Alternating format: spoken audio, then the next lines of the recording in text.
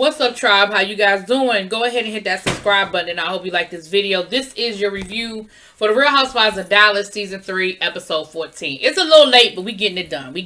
So we are still at the cabin up in Oklahoma, and they are playing the redneck relays. Now, they had a whole conversation about whether that was appropriate for them to use the term redneck. Are they going to be, is it inappropriate because redneck, has negative connotations on it? And Stephanie was like, listen, I'm a redneck, so I can say it, and y'all are good. We call it the redneck relays because this is what we used to play, in church camp and things like that. So she has the pink team and she has the purple team. So the pink team is Tiffany, Cameron, and who's the third person on her team? Brandy. And then on the other side we have Deandra, Carrie, and Stephanie. The games were very interesting. Okay, they were very, very interesting, and they were drunk and they were playing the game, and they invited the guy from the night before. They invited the Bigfoot hunter. And Stephanie had already his name was Charles. Stephanie had already apologized to him, but Stephanie invited him because she really did feel bad about what happened, and sort of to force Carrie to apologize. Carrie could not do that. Listen, that bullshit that she gave that man. Listen, at the end of the day, and again, even when she apologized, she still only apologized because she said, "Well, I didn't want to hurt Stephanie." It's not about Stephanie. It's about you hurt him. You were rude to him. You were disrespectful to him. So it wasn't about Stephanie. You know what I'm saying? But she couldn't even say, listen, I'm sorry. I was drunk. I said some things. I offended you, and I apologize. It was just, anyway. But listen. And my thing is, as a friend, you always got to be leery about a friend that can't apologize when they fucked up. Because the reality is we all mess up. We all make bad decisions. We all say stuff we shouldn't say. And that wasn't something that was unforgivable. It's not like she did something that was like, oh my gosh, I'll never forgive you. It wasn't like that. But the fact that she just can't apologize that's a red flag for me. Anyway, so after the games, they had a good time. I think Deandra's team won. They won. And she had golden toilet seats for them, honey. That was their gift. I said, you know what? And so, while they were having dinner, Stephanie and Brandy did what Stephanie and Brandy do. They set up a prank. They had these Bigfoot costumes, and they came out like Bigfoot to scare them. And of course, Cameron was scared. No, Cameron wasn't scared. Cameron was like, I knew immediately who it was. Because you remember, they've been pranking Cameron since she came on the show. But Cameron was absolutely not scared. Carrie ran, Tiffany ran, but Cameron, not so much. But it was fun. They had a good time. It was a fun time. So the next morning, the house is totally trashed. They are cleaning it up to the best of their ability. No, I'm sorry. Before we get to that night, they had these stink bombs. So Brandy and them put the stink bombs off in Cameron's room, as a prank, and of course they were like, oh my gosh, it is terrible. It smells like fart. I'm not going to be able to sleep in here. Oh my goodness. So Carrie, who always has to take it to the next level, she goes and gets tomato sauce salsa and pours it all over their bed. It's like, again, with Carrie, you can't just, you could have thrown, and like Cameron said, you could have thrown popcorn, you could have thrown chips, something that we could just shake it off and keep moving. But now, where are we going to sleep? There is literally salsa all over the sheets. They all get on Carrie, and I think at that point, that's when Carrie realized, oh, damn, maybe I went too far. Maybe I did too much. And so, she actually ends up staying up all night washing the sheets, which doesn't really do a lot of them any good because literally, by this time, it was like 3 in the morning, and she stayed up the whole night washing the sheets. Anyway, but again, it's just like, Carrie, you always do too much. You always go too far.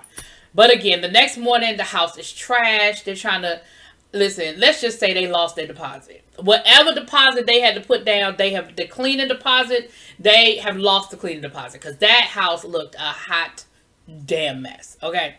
They load up the RV, and they head back, Tiffany and Deandra have a conversation about Tiffany's envy of Mama D. And Deandra was like, listen, yes, my mama has always had my back, but sometimes she's had my back more than I ever want her to have my back.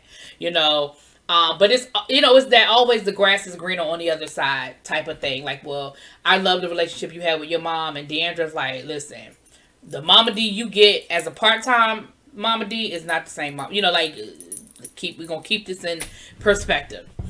So we get back to Dallas and everybody's sort of doing their own thing. Cameron is packing up the house to get ready to move into her new house. And she invited a medium or a psychic over to talk to Louie, her dog that died, to see if Louie is going to move with them to the new house. And here's what I love about Cameron's husband. He know Cameron crazy as hell. He knows she's extra as hell, right? But he was like, listen, I love her. It brings excitement to my life. We entertain it and we move on. So he really sat there while the dog psychic was talking. And he was like, okay. And the lady said that the dog psychic was going to come with it. The dog was coming with them. His spirit would be there. So she said that he don't need his clothes anymore. So she packed up all of Louie's clothes. She kept some for the new dog. And the rest of it, I guess she's going to give away. This dog had Robert Cavalli outfits. His first name Robert. I know Cavalli's the last name. I'm like, really? Really, Cameron? Like, Cameron, I love Cameron. Like, Cameron had to grow on me because in the beginning, I was like, oh my gosh, oh my gosh, oh my gosh. But she has definitely grown on me. That thing was hilarious to me. Because she was so serious. I mean, dead serious. Alright, let's get on this Deandra situation. For me, the most exciting part, or interesting part of this whole episode was Deandra, her stepmama. We finally got the whole story of this whole Will situation. So let's break it down. At least this is Deandra's side of the story. Deandra's mom and dad divorced or separated, whatever it was. He was never a great dad. Mama D agreed to let him forego child support. However, he leaves everything to Deandra when he dies. Mama D actually has a copy of this will that says that. Now, fast forward, her father remarries, has other children, her half-brother. Father dies, and then there's a second will that totally cuts Deandra out 100%. Now, that is what started the legal fight. Deandra said her dad died. She showed up at her house. She went to her room, and there was a copy of the will on the bed. She said, my dad was literally, we hadn't even buried him yet, and she is presenting me with a copy of this will. She calls Mama D. Deandra, of course, she calls Mama D. She is totally upset about the whole thing. Mama D said, no, ma'am. There's another will, and I have it. And this will says you get everything. Now, Deandra didn't want to fight. Her mama said, oh, but we are. We have the will. Oh, we're fighting. And she ends up winning in court, but Deandra even offered the woman, she said, listen, let's split it in half. Let's just split it in half. Woman didn't want to do it, which created the whole strife between her stepmama, and her brother, her half-brother. So when she reached out to them earlier this year, it was basically, let's start fresh. Let's, I don't want to rehash what happened. It was what it was. It happened. Let's move forward. On a side note, that also explains a little bit to me why Mama D is still in control of Deandra's money. Because if Mama D got that man to write a will saying that he will forego child support, but he will leave everything to Deandra, I'm sure there's something in that will that says that Mama D get to control the money until she die. I don't know. That's what it seemed like to me. Because Deandra is over 50 years old, and I ain't never heard of an inheritance that you 50 and you still can't get your inheritance. The man has been dead for 20 years. Anyway, so the mother-in-law reached out to Deandra and responded. The brother never responded, but the mother-in-law, the stepmom did. And basically, now Deandra thought her email was rude, and she took it she took it a certain way. I don't think the email was rude.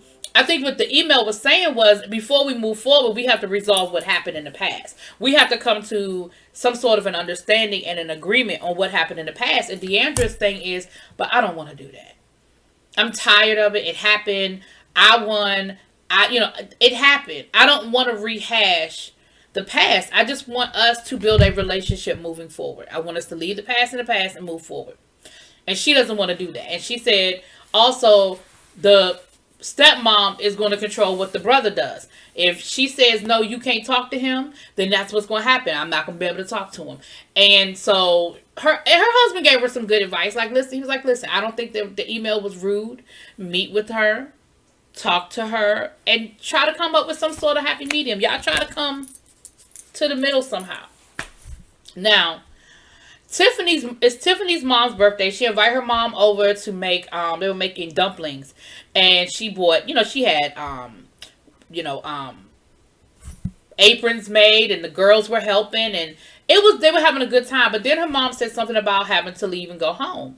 And Tiffany was like, well, why are you leaving? I thought we were staying here. Like, when I talked to you on the phone, you were coming over, you were going to show the girls how to make dumplings, and you were going to stay for dinner. And she was like, well, no, your dad's coming home from work. I need to cook dinner. Tiffany was like, I think my dad will be okay one night. If you decide to stay here and eat dinner with us and celebrate your birthday with us, like, I think he'll be okay for one night. And she was like, well, I have to go.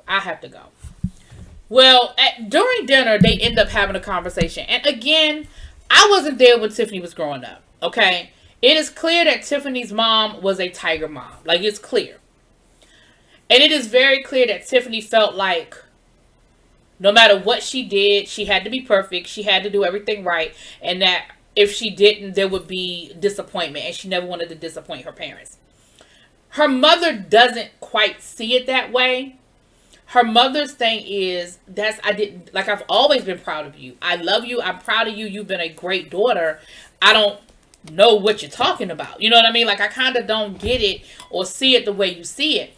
And they had a moment, Tiffany was crying and she was upset. And it was so cute. Her daughter came over to hug her when she saw her crying. I thought that was so sweet. And her mother told her, she said, listen, I've always been proud of you. I've always been proud of you. Now, I don't know if her mama is putting on for the cameras, but Tiffany was like, that's the first time she's ever said that. She's never said that to me before. She's never told me she was proud of me before. And so, she was like, it's kind of what she needed. But I just found it interesting because, again, it's one of those things where they see her childhood totally different. Like she said, growing up, you were working on getting your master's degree, and you would take me to the library with me, and I would fall asleep on the floor. And in her mother's mind, that was like a great experience for her. She was like, yeah, we were making it work. I was going to school and getting my master's degree, and I was making it work. And Tiffany didn't quite see it the same way or have the same positive reflection on it. And I think for them, it's just going to be more conversations of them being able to sit down and be honest, and Tiffany be honest about her point of view, and her mom being honest about her point of view. Because the reality is, I don't think there was any malice involved. I've said this before. I think it goes back to a lot of times when immigrants come to this country, their whole goal is to provide a better life for their family. And a lot of people feel like it's through education. And I think her parents were like, listen, you've got to be the best. You've got to do the best. You got to, and again, being a minority and being an immigrant, there's also that mindset of you got to be better than them. You've got to do better than them. Because you already got strikes against you, sort of like being a black person in America. You already have strikes against you. So it's that mindset of you can't just get a B. You have to get an A. Now, they can get a B. Hell, they can get a C. But you can't. And so I do feel like there's a reality there. But I think the reality is somewhere in the middle. I don't think either one of them are wrong in their memories. We all have our point of view. So I just think they need to have more conversations. I hope that Tiffany takes the voice that she's sort of gotten through the show. Because I feel like filming these scenes kind of helped her be ready. So I hope that she continues to do that through being able to film these scenes and to provide that for her. mom moving forward. They have that relationship. So anyway, that was the episode. It wasn't really a whole lot. I don't know what else Dallas is going to give us this season, but it hasn't been a great season. I like Dallas. I've been watching it from the beginning, but honestly, it hasn't been a great season. I heard rumors that Tiffany might not be coming back, and I would hate that because she had to grow on me, y'all. She did have to grow on me, but I really like Tiffany. I really like what she's bringing to the show. So I don't know. We'll see. I'll talk to y'all later. Peace.